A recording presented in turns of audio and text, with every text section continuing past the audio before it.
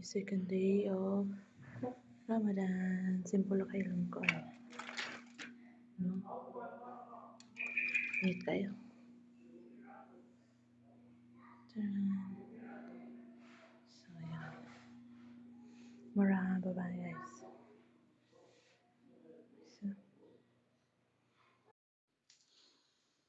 okay. Second.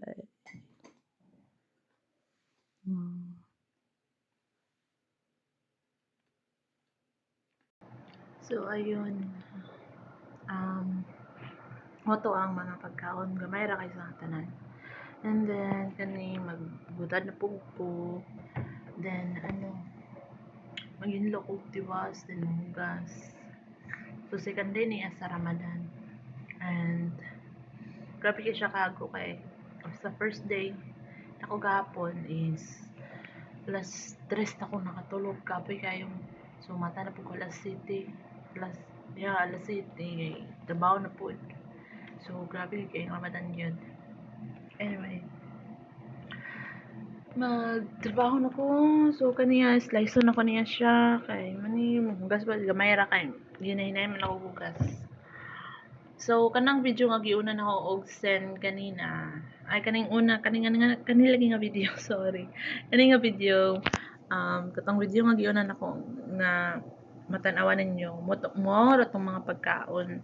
So, di kay nga daghan kay pagkaon nila kay unya na alas 12 magluto na pod. So that time nga mga alas 12 na magluto sila, di ko ka video ngano na akong amo kumpleto sila. So di ko kawit sa cellphone, bawal man good.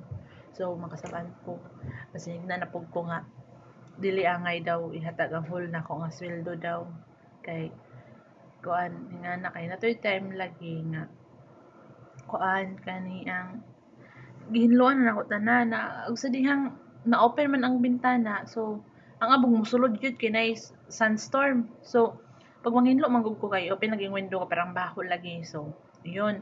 Then pagka gabi dayon or lagi mga alas 6 so siguro alas 5. So, nangadto sila to terrace which is ang terrace po nila gi-open ang kanang magpultahan bitaw but na screen.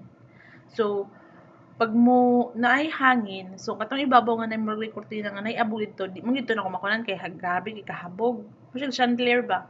So pag mo kuan ang katong tila, so mahulog yung mga abog. So katong sandstorm, musod gyud pud ang abog. So gignan ko niya nga wala ko na ko ginlam sa gamay ra kay nga abog ha. Gignan ko nga kuan daw worry daw siya kay makuha ang kanang